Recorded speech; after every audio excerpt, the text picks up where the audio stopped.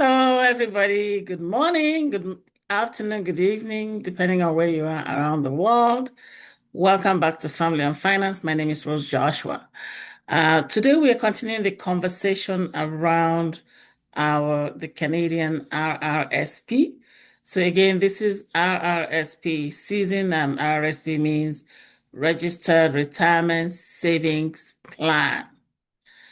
Welcome. My name is Rose Joshua. So, in my last video, I talked about the advantages of RRSP over and above your TFSA.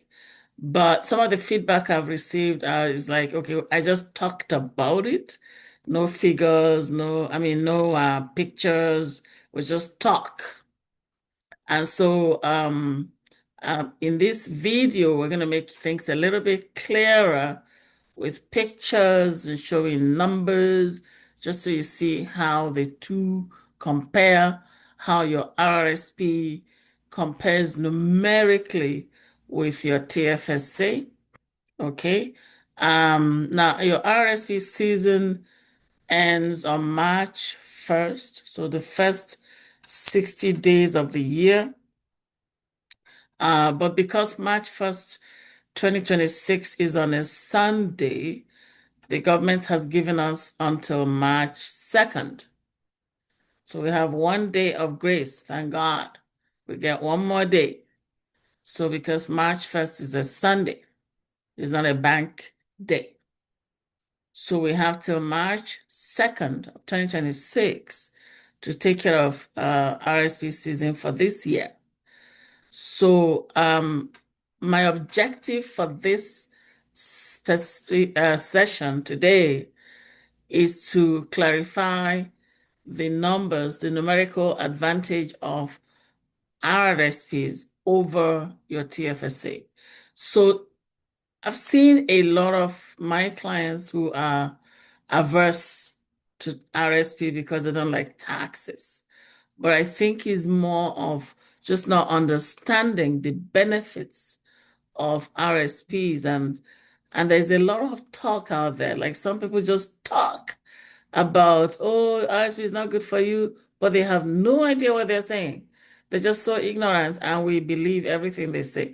Some people can actually tell you things in confidence. They sound so confident about it, but they don't know what they're saying. They're just ignorant, but they're very, very vehemently ignorant. So you want to be very careful who you listen to. You got to look at the facts. You got to visit the Government of Canada website about RRSPs, about TFSAs. Get the knowledge for yourself and don't just listen to everything people say on the streets, people who don't know what they're saying. So let's take a look at the numbers today, and I'm hoping that it will help to clarify things a little bit more. So I'm going to share my screen. I'm going to share my screen and show you pictures now. What's happening? What happened there? Oh, technical glitch. Okay, let's stop sharing. Let's share one more time. Doubles. Okay. Yeah, so the sharing is not working. Just what I need right now, huh? Okay, let's see. Sharing is not working. Okay. Wow. That's interesting. Okay, so we're able to share screen. Yeah! Woohoo! I'm so excited about that.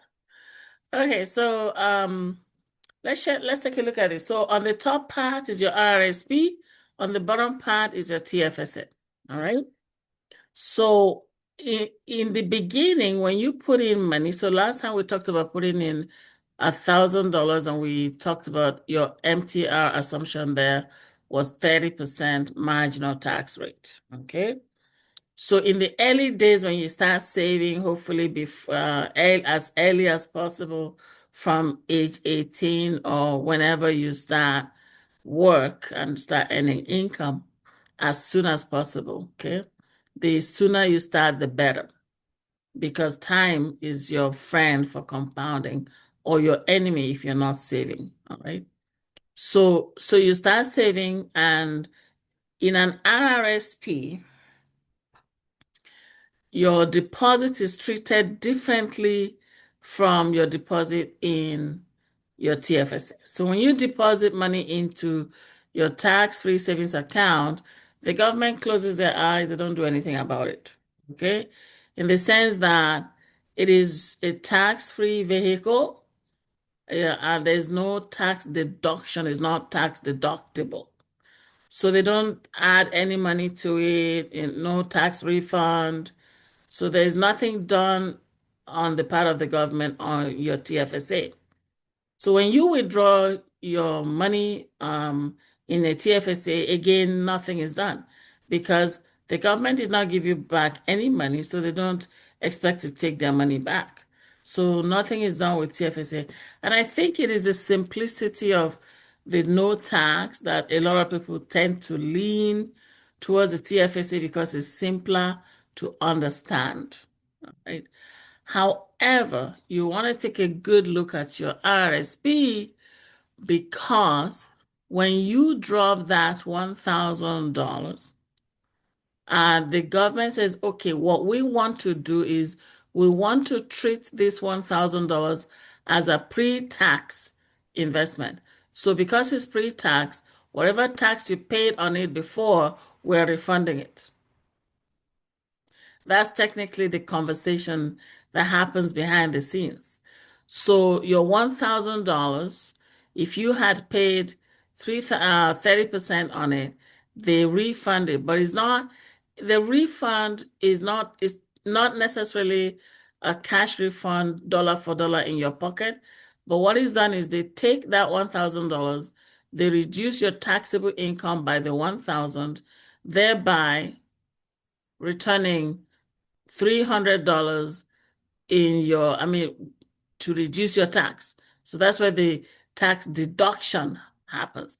So your tax is deducted. $300 is deducted. Oh, Lord have mercy. $300 is deducted from your tax. Okay. All right. So that's what's happening there. A lot of words of deduction and all of that. So the difference then is what happens at withdrawal. So at withdrawal, remember that for TFSA, nothing happens. You take your 1,000 and that's your 1,000. And of course, we're dealing only with the $1,000, the journey of the 1,000. We know, of course, there's growth on it. Whatever interest rate you gain is there. But we're just kind of simplistically looking at the $1,000, okay?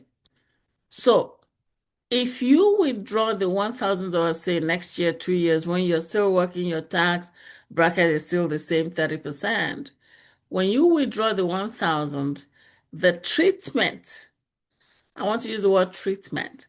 The treatment that the withdrawal of the 1,000 gets is that in effect, they take back the $300 they had given you. Okay, so if you're keeping the same marginal tax rate of 30%, they tax you at 30%, that's $1,000. Now, don't confuse this with what is called the financial institutions withholding tax. So financial institutions are mandated to do a withholding depending on the amount withdrawn, they withhold tax. So if you withdraw less than 5,000, they withhold 10%, I believe. If we withdraw 5,001 to less than 15,000, they withhold 20%. If you withdraw more than 15,000, they withhold 30%. That's withholding tax is different from the final tax because after they have done their withholding tax, you still have to go back to your accountant when you're filing your taxes to reconcile your taxes. Okay, so if they withheld too much, you get money back.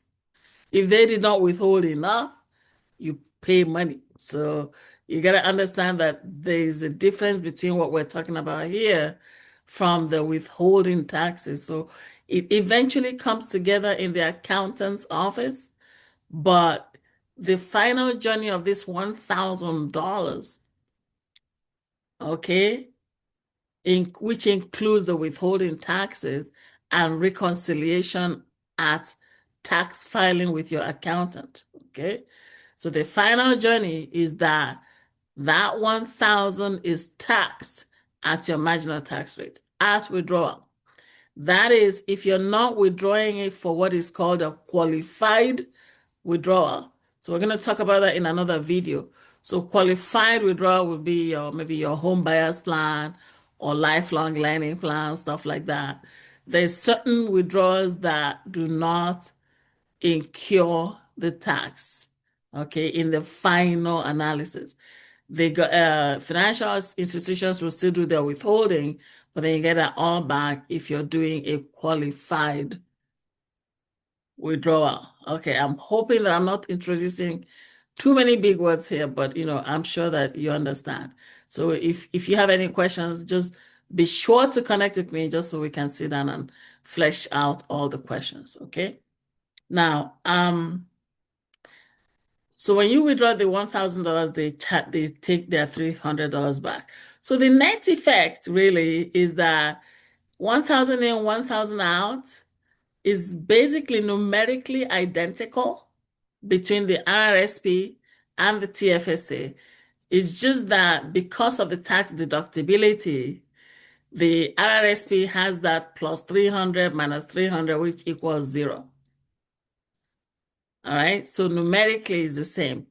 However, the RRSP has the added advantage that when they give you that $300 back, if you're able to get cash back in your refund after they have reconciled all your credits and taxes and other deductions and other penalties, whatever, if you do get that $300 in your pocket, you have more money to invest upfront.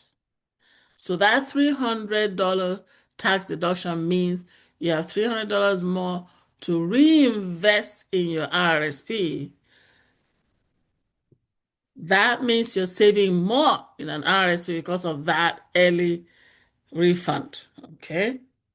Now, hopefully you save it and not go partying. Because a lot of people, when they get their tax refund, they go, woohoo, let's go party. And they go party, they waste the money. Okay, that's not you. That's not you. You're going to save it, okay?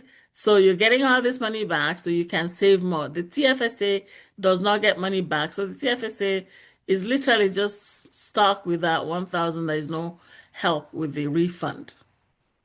All right. So that's in the savings time when you are working from age 18 to age 65, those 47 years in which your income tax bracket is high, your earning income and your tax bracket is higher. Now, what happens at retirement? Okay, what happens at retirement? I'm going to move this slide forward to the next picture. What happens at retirement is that at retirement now, in most cases, your tax bracket drops. So you're now operating from a lower marginal tax rate. So let's assume that the tax rate at retirement, you're 70 years old, 71, 72, 75. Your tax rate is now 20%, for example. So now when you go withdraw that $1,000, you are no longer withdrawing it at the marginal tax rate of 30%. You're now withdrawing it at 20%. So instead of paying back $300, you're now paying back $200, which means you get to keep more money. So you get to keep back more if you allow the money to sit there until retirement. Okay? You pay back everything if you withdraw early. Okay, for non-qualified withdrawals. But if you wait till retirement, when your RRSP becomes an RRIF and you're no longer earning active salaries, active employment income, your income has dropped. You're now on OAS, CPP, XYZ. And so put together, your marginal tax rate is lower. And so when you withdraw from your RRIF, which is the older brother of RRSP, then you're holding back more money. They're taking less tax. So in the final analysis, your RRSP is doing way better for you. Okay. So that's really what I wanted to share with you today. I wanted to share that with you today because of that tax refund. The tax refund element is actually quite big. Okay. All right. I hope that clarifies things a lot more. If you have any questions, please be sure to reach out to me, Rose Joshua, 780-680-1334.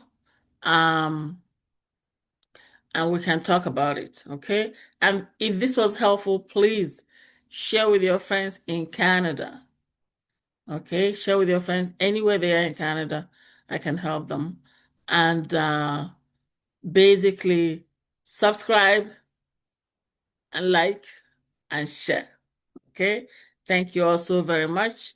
And tomorrow we're going to talk about another aspect of the conversation on RRSPs. I believe we're going to have probably another 2 or 3 more videos in this series before we wrap things up. But yeah, thank you all so very much. God bless you. Have a good rest of your day.